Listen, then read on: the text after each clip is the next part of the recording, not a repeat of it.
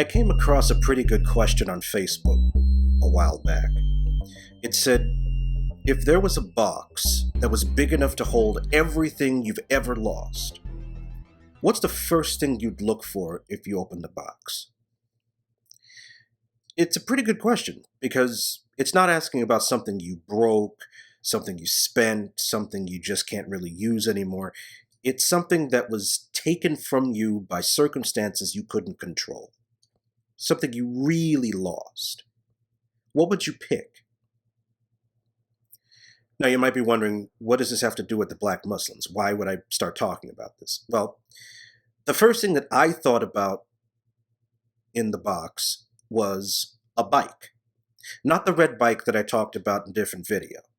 I'm talking about this blue bike that I had in college. I used to get around in it a lot when I was doing errands when I didn't have a car. And I was told not to go in certain areas because people would try to steal it, they would follow me. So I got this really expensive bike lock and I put it in a certain place. But no matter what I did, some people found a way to take that bike from me. And I was really disillusioned by that because I figured, well, it didn't matter what good things I would try to do or get in my life, how careful I would try to be. If I show anybody that I have something good going on, they're going to follow me and try to take it. Now, I eventually got out of that mentality, but that mentality, I want you to imagine having that mentality for everything that you ever do. Anything that you could imagine accomplishing in your life. That's the mentality of the black Muslims in the Nation of Islam. If you haven't seen the first video, you might not have to. I would suggest looking at a couple of things from that video toward the end, if you do. They help you to understand this particular point. The ideas that pervaded from that wave of black Muslims can be summarized in a lot of the teachings that you're going to hear. But the distrust, the xenophobia, the self-superiority that you're about to hear, they're going to make a lot of sense if you imagine that this was a group who never felt that they could escape the vandalism, the theft, the stigma, the danger, unless they became as insular as they could possibly be. Imagine that everybody wanted to take their bike and stay home and never come out. That feeling. Well, that's what the Nation of Islam was. It was an absolute cult in every sense of the word. It was this cluster of neighborhoods in several states all around the country with their own shops, their own stores, their own schools, their own way of life, and the inhabitants rarely ever left. And why would they? Segregation was still happening, so who needs Jim Crow when you don't even have to worry about redlining? It was perfect. So, between 1934, where we left off, and 1959, you had World War II and the Korean War. And while the men were out there fighting, again for a country that refused to support them, black Muslim women needed to work just like their white female counterparts. But the African-American Rosie the Riveter didn't exactly have the luxury of sending their kids to a nice school until Brown versus Board of Education. So, what to do? What should we teach these children so that they don't learn to feel inferior in schools that simply don't have the right information? This simply wouldn't do. And so the women decided to teach their own schools.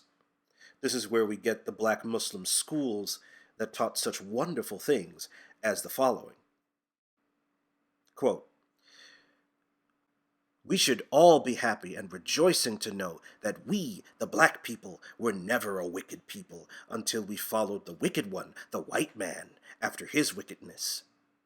God has declared us to be the righteous, and God makes it plain to see why we are the righteous.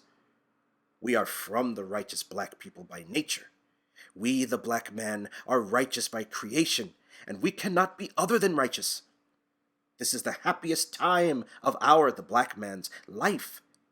It is the happiest time of our life to learn who we are, and to learn that who we are, the black man, is the best of the people. Well, slide over Black Panthers because you can't get more black supremacist than that. That's pretty much right on, spot on. But what about regular lessons? Lessons about, reading, writing, and arithmetic? Well, they were a little slanted. Let's find out what we were learning about science. What makes rain, hail, snow, and earthquakes? Well, earthquakes are caused by the Son of Man. That's a globalized term for either the original people, the black people, or uh, the one true God, which came in the person of Master Farad Muhammad. It's a whole thing. Go back to the first video and read about that. But anyway, earthquakes are caused by the Son of Man by experimenting on high explosion. I can never get that sentence right because it's so weird. You're going to see a lot of typos in this thing. Uh, in fact, that all of the above is caused by the Son of Man. Okay, so basically, what they're saying is that way up high in the sky are these invisible people, invisible spaceships, and they go around and around and around the earth, and they go down and cause explosions with high explosives, and that causes the earthquakes to happen. So it says all of the above is caused by the Son of Man. That means that most of the weather that we experience here in America is caused by black people in the sky.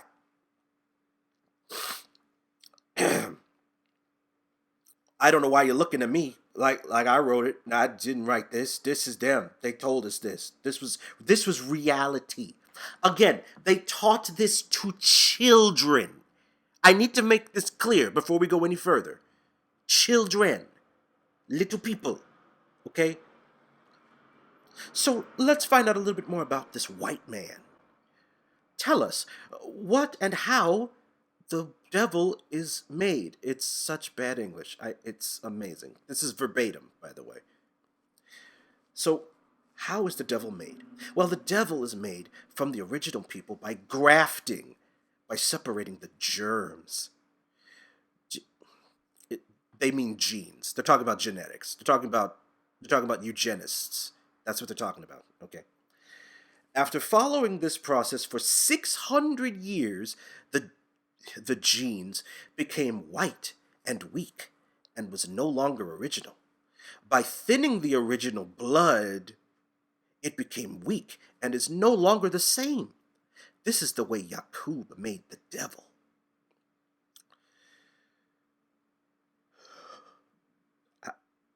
I got nothing. I got nothing. I got zero things. I don't know what to say to that. That's the most racist goddamn thing that I've ever read out loud. I anyway, uh tell us the mental and physical power of a real devil. Well, the mental power of a real devil is nothing in comparison with the original man.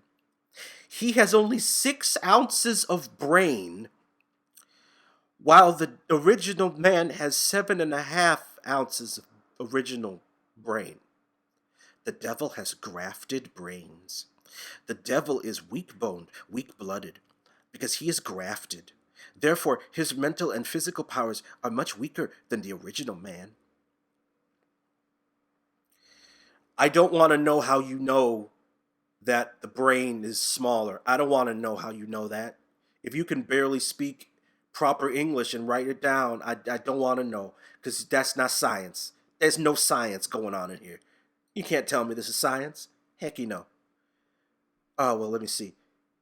But I mean, you would think that the kids would be wondering, well, can't we all just get along? No. Because can you reform the devil? No, no, no, no, no. All the prophets have tried to reform him, but were unable. So instead of losing time grafting him back, I don't know how you do that. You could turn white people into black people? Is that something? That's a thing? they've decided to take him off the planet, who numbers only 1 to every 11 original people. That sounds like a threat to me. That sounds like you serious about what you're saying there. See, there's a reason why the crazy right-wing pundits and fringe people, there's a reason why people talk about a so-called replacement theory, okay?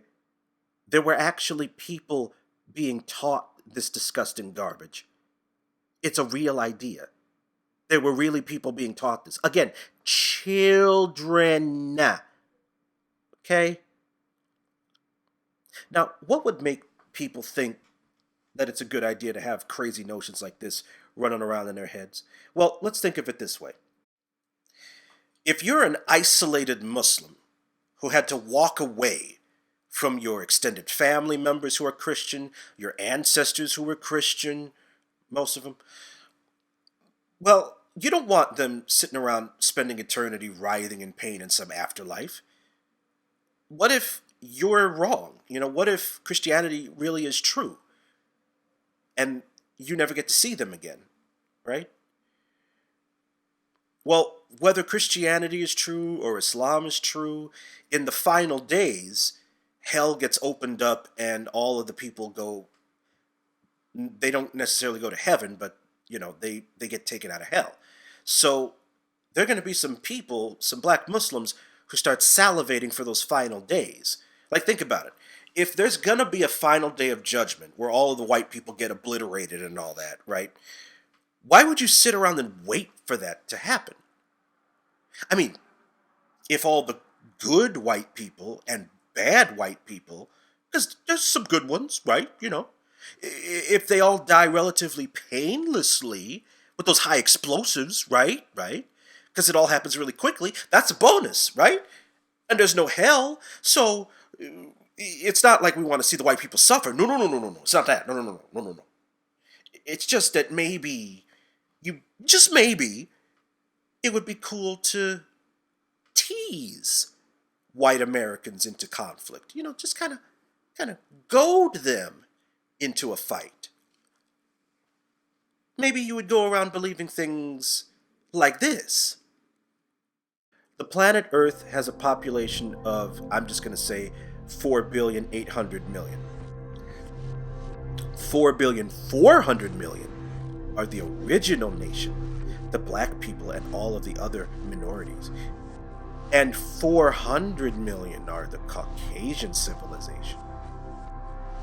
They have been found absolutely disagreeable to live with in peace. So we decide to remove them from the planet. Suppose the Holy War be declared tomorrow. What would be the exact number of persons of each Caucasian against the original? This is a math problem, people. They taught this in school as a math problem. You had to answer this. Do you see how crazy this is? They're trying to say, well, we outnumber them 11 to 1, so who's worried? Are you getting how crazy this is? Like, I don't know if I'm really relaying this, because out of all the famous firebrands who loved the idea of chickens coming home to roost and saying some incendiary things to white people, out of all of them was you-know-who. Oh yes, Malcolm X. And thank goodness he eventually saw through the madness and realized what he was advocating. I mean, there's not really much I can say about the guy here, to be honest, because I'm only going up to the late 50s. So basically, he was just one of the best orators of the message. He was one of the ones who was the most eloquent at the time. But there were tons of Brother Malcolms that were kind of like that. I will say that the 1992 movie got pretty much everything right. The phone tapping, the death threats, the constant adoration that quickly led to derision and fighting the moment that he wanted to speak out against the hypocrisy. All of that happened. And I know this because of what other former black Muslims have told me. But what was it that Malcolm X discovered about the black Muslims that was worse than all the stuff I've already told you and was so bad he couldn't stick around? What did it take? Well, that's what we're going to learn in part 3.